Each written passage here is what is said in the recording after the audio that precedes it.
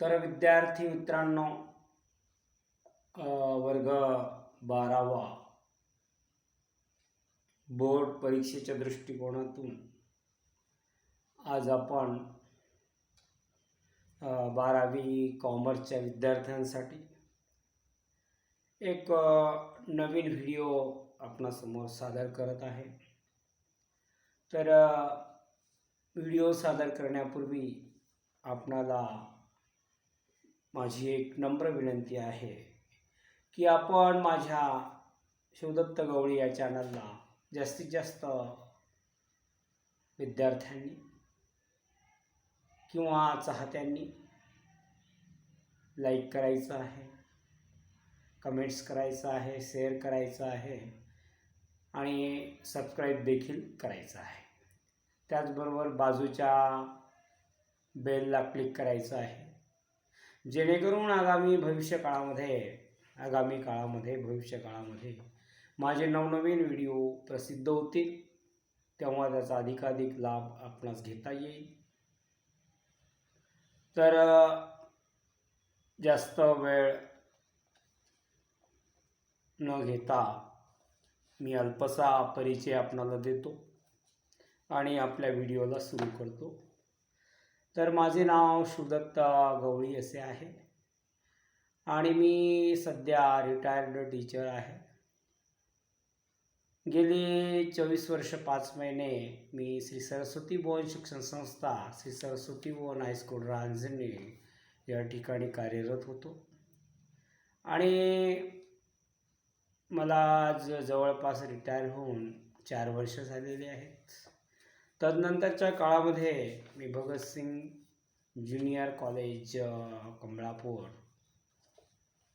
तालुका जिल्हा गंगापूर या ठिकाणी कार्य करत आहे टीचर म्हणून. अर्थात 12वी कॉमर्सच्या विद्यार्थ्यांना मी अकाउंटन्सी विषय, तसेच 11वी कॉमर्सच्या विद्यार्थ्यांना अकाउंटन्सी विषय मी शिकवत आहे. सोबत मी इकॉनॉमिक्स, OC आणि SP याचंसुद्धा त्यांना मार्गदर्शन करीत आहे. आणि आज मला असं वाटलं की आपणासमोर एक 12वी बोर्डच्या दृष्टिकोनातून एक चॅप्टरविषयी व्हिडिओ सादर करावा, आणि म्हणून मी आपणासमोर एक व्हिडिओ सादर करत आहे. तर 12वी बुककीपिंग अँड अकाउंटन्सी हा सब्जेक्ट्स आहे. चॅप्टर नंबर 6 आहे. चॅप्टरचं नाव आहे डिझॉल्युशन ऑफ पार्टनरशिप फर्म. तर यामध्ये आपणाला काय बघायचं आहे, इंट्रोडक्शन बघायचं आहे प्रथम. तर dissolution means to wind up or to close down. When business relations among the partners in a partnership firm comes to an end, it is known as dissolution of partnership. तर भागीदारी संस्था ज्या वेळेस आपला व्यवसाय बंद करते, तर त्या बंद करण्याच्या प्रक्रियेलाच भागीदारी संस्थेचं विसर्जन असे म्हणतात. तसेच व्यवसायातील कार्यरत असणारे जे काही अनेक भागधारक असतात, ते आपापसात जे काही भागीदारीच्या संबंधी जे काही व्यवहार करतात आणि त्यांचं आपापसामध्ये भागधारकांचं जे काही परस्पर नातं असतं, ते नातं संपुष्टात येतं. त्या प्रक्रियेला भागीदारीचं विसर्जन असे म्हणतात. When one or more partners take decision to close the partnership firm, it is known as dissolution of partnership firm. जेव्हा कमीत कमी एक भागीदार आणि जास्तीत जास्त 2 भागीदार किंवा 3 भागीदारसुद्धा भागीदारी संस्था विसर्जनाच्या संदर्भात निर्णय घेते किंवा विसर्जन करण्याच्या संदर्भात अर्ज देते, त्यावेळेस जे विसर्जन होतं त्याला भागीदारी संस्थेचं विसर्जन असं म्हटलं जातं. When all partners decide to discontinue from partnership firm, it results into dissolution of partnership. जेव्हा सर्व भागीदार काय करतात, एक डिसिजन घेतात किंवा या निर्णयाप्रत येतात की आपल्याला आता भागीदारी व्यवसाय बंद करायचा आहे आणि ते भागीदारी व्यवसाय बंद करतात, अशा वेळेस भागीदारी संस्थेचं नव्हे तर भागीदारीचं विसर्जन होत असतं. The relationship between partners is refer to as partnership. आणि भागीदारी म्हणजे काय तर भागधारकांचे परस्परामधील जे काही रिलेशन असते, संबंध असते, त्या रिलेशनशिपलाच किंवा संबंधालाच भागीदारी असं म्हटलं जातं. while all partners collectively are called firm. आणि सामुदायिकपणे संपूर्ण भागधारकांना एकत्रितरित्या फर्म असं म्हटलं जातं. Dissolution of a firm is different from dissolution of partnership. तर भागीदारी संस्थेचं विसर्जन हे भागीदारी व्यवसायाच्या विसर्जनापेक्षा वेगळी संकल्पना आहे. वास्तविक अर्थात आपण असं म्हणूया, भागीदारी संस्थेचं विसर्जन आणि भागीदारीचं विसर्जन या दोन्हीही संकल्पना भिन्न आहेत. In short, dissolution of partnership may not include dissolution of the firm. थोडक्यामध्ये असं सांगता येईल की भागीदारीचे विसर्जन म्हणजे भागीदारी संस्थेचं विसर्जन नाही. But dissolution of the firm means dissolution of the partnership. मात्र भागीदारी संस्थेचं विसर्जन म्हणजे भागीदारीचं विसर्जन होय. Meaning and definition. Meaning and legal terms. Dissolution has multiple meaning. A word dissolution comes from the Latin word dissolution, means a dissolving of something. Dissolution is the last stage of closure of business. तर डिझॉल्युशनचा कायदेशीर अर्थ जर विचारात घेतला तर त्याला अनेक अर्थ आहेत. A word dissolution comes from the Latin word dissolution. तर डिझॉल्युशन हा एक लॅटिन भाषेतील शब्द आहे. डिझॉल्युशन या शब्दापासून तो निर्माण झालेला आहे. डिझॉल्विंग ऑफ समथिंग म्हणजेच dissolution. Dissolution is the last stage of closure of business. आणि डिझॉल्युशन ही एक व्यवसाय बंद करण्याची शेवटची पायरी आहे.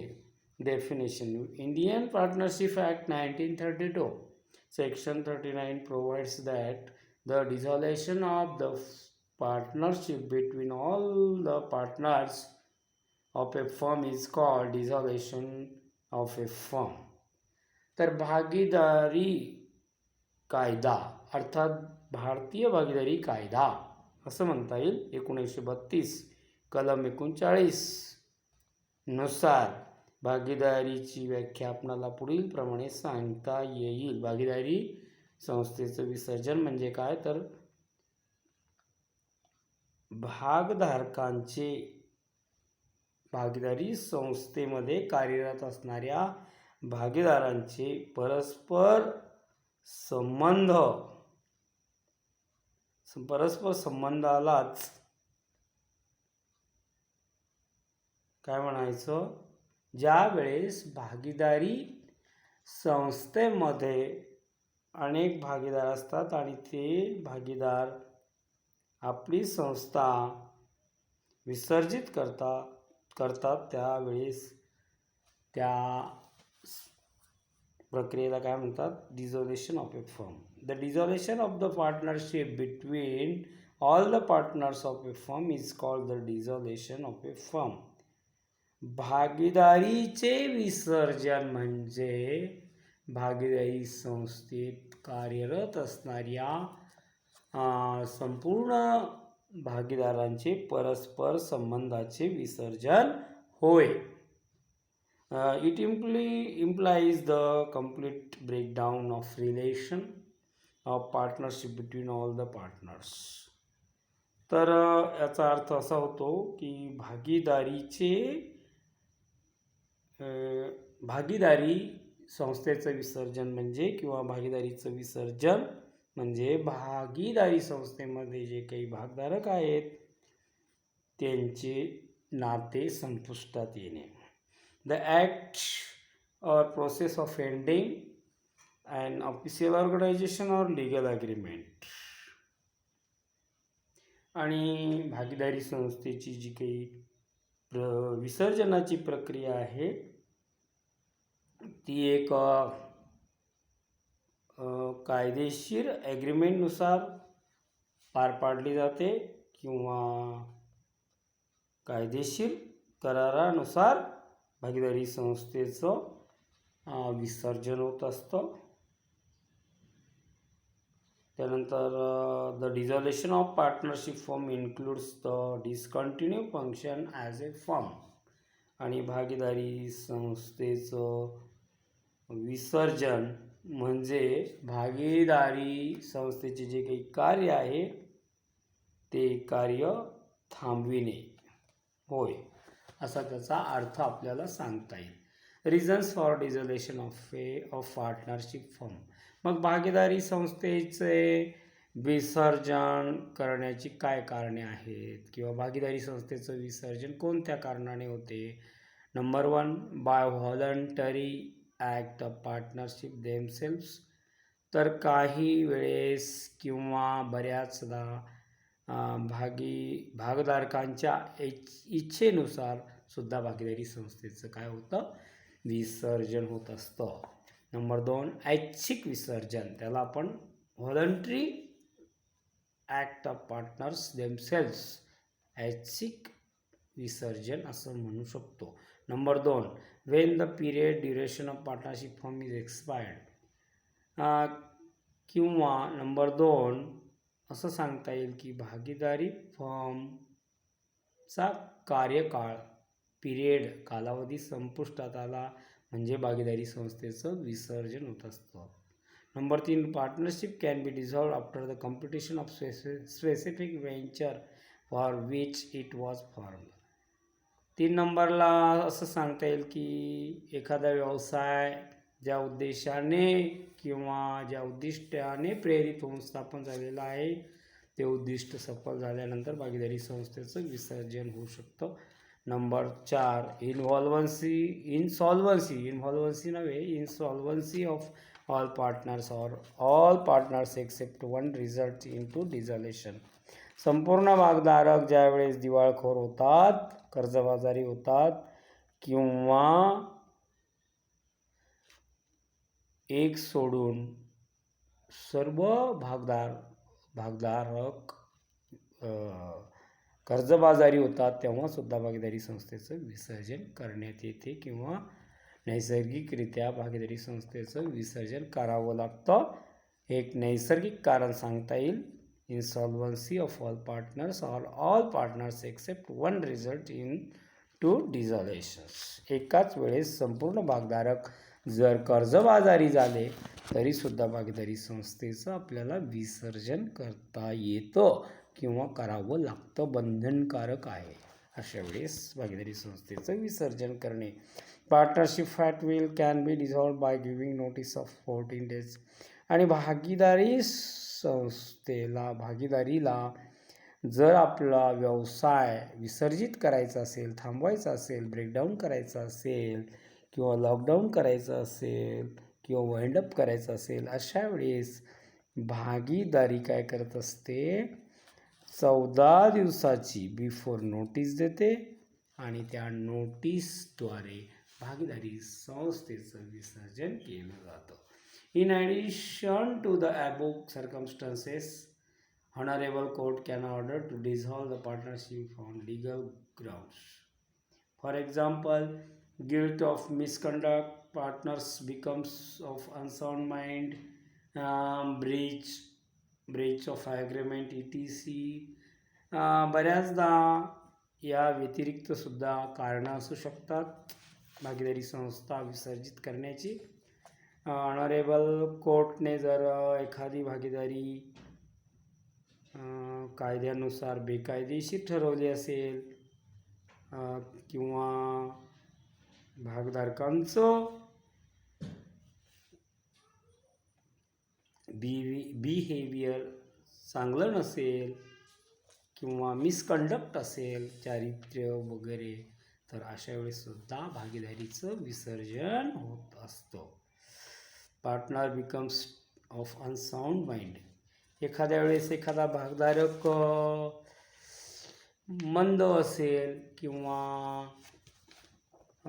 तो अनसाउंड माइंड असेल, दिवाळखोर असेल, अशा वेळेससुद्धा भागीदारी संस्था विसर्जित होते. ब्रीच ऑफ ॲग्रीमेंट किंवा एखाद्या करारानुसार सुद्धा भागीदारी संस्था पुढे चालू ठेवायची की बंद करायची याबाबत कोर्ट डिसिजन घेऊ शकते. पुढे तर आपण बघू difference between dissolution of partnership and dissolution of firm. तर डिझॉल्युशन ऑफ पार्टनरशिप आणि डिझॉल्युशन ऑफ फर्म यामध्ये काय फरक आहे अर्थाच्या दृष्टीने बघा. Basic of comparison meaning. Dissolution of partnership म्हणजे it may or may not involve dissolution of firm. तर भागीदारीचे विसर्जन म्हणजे भागीदारी संस्थेचं विसर्जन नाही.